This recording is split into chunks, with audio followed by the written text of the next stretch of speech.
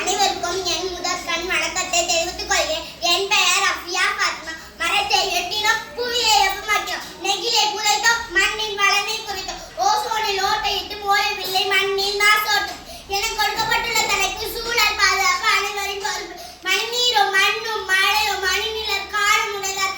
இக்குறளில் வள்ளுவர் வளமான மனிதர்களை போர்க்கோசம் கொண்டு பாதுகாக்கின்றன என கூறி சுற்றுச்சூழல் என்பது காடுகள், மலைகள், ஆறு, கடல் போன்ற இயற்கை பரப்புகளுக்கு இருக்கும். ஆனால் சுற்றுப்புற சூழலானது பல காரணங்கள் மாசடைந்து வருகிறது. நோயற்ற வாழ்க்கை குறைவற்ற செல்வம் என்பது பழமொழியாகும். சுத்தமான காற்று, தண்ணீர், உணவு ஆகியோரின் வாழ்க்கைக்கு இன்றியமையாதது.